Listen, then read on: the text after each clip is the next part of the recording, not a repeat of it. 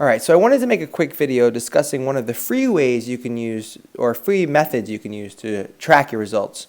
And this is something that I have a lot of players do. I do it as well. And that basically is using Google Sheets. So I use Google Sheets and I divide it into 3 tabs. So first is profit tracking. And basically what happens is in each session I have my players, put the time that they started, the time that they finished, their buy-in amount, their cash out amount, and general notes about the session. This could be things like, listen, today I was really frustrated, I didn't play well, I should have not played. Or this could be things like played really well and just ran bad. It's just an overall view of the game or overall summary of the game. Then this will be automatically calculated, your session duration, then basically your profit, and your hourly rate. And this is to kind of see what people's hourly rates are over time. And this is helpful also for you because what I can do is I can just kind of glimpse through and look at the losses and kind of see what was the reason for the losses to track if there was a consistent thing. So, some players, I'll look at their graphs and I'll look at their notes and I'll be like, got sucked out again, got sucked out again, got sucked out again. And I keep seeing themes about this. Or played really well and didn't get paid off. And I can basically check it out. So one of the things I can do is I can kind of go into hand tracking. And hand tracking is where I have people enter the date, their hand, their approximate stack size, position, what the board was, and then pre-flop notes, flop notes, turn notes, and river notes.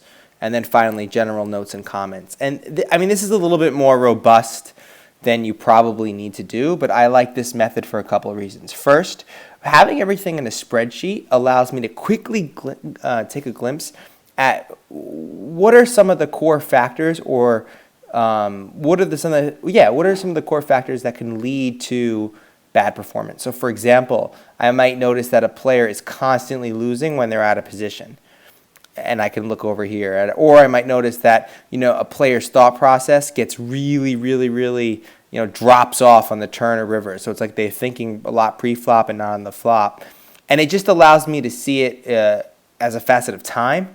So because sometimes players will have like these really long pre-flop notes, and then their flop notes, their turn notes, and their river notes kind of go away, and it's easy to see changes there. Also, I put approximate stack size here because we want to talk about effective stack sizes when they're actually playing against opponents, to look at things like implied odds and things like that to make sure they're thinking along the right lines there. And then general notes as well.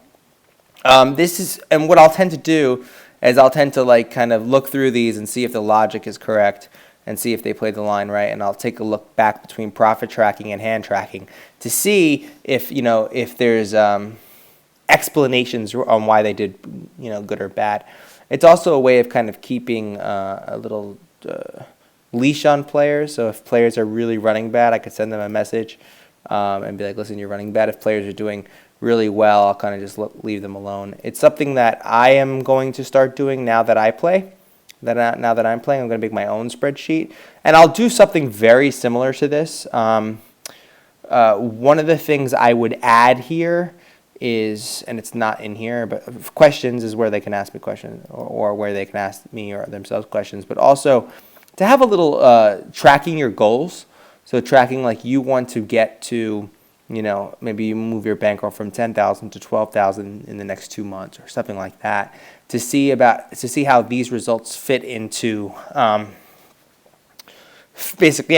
these results fit into actual performance. I'm going to give you a link to this spreadsheet if you want to use it. It's going to be below in the comments section. You can just duplicate it, and then you can use the same thing for your own tracking purposes. Eventually, I will be building an application, iDevice and Android, to do all of this. This is was one of the betas of it. But for now, I just think Google Sheets is probably the most effective way to keep track. And most players, even if you did 1 or 2 of these things, I'm happy with that. The average player just doesn't dedicate the time towards tracking. So it's something you should definitely do. Any questions or comments, please ask me below. That's about it. Sorry for the sound quality. I'm not using my standard mic. Remember, schoolcars.com/sign up. Have a good day.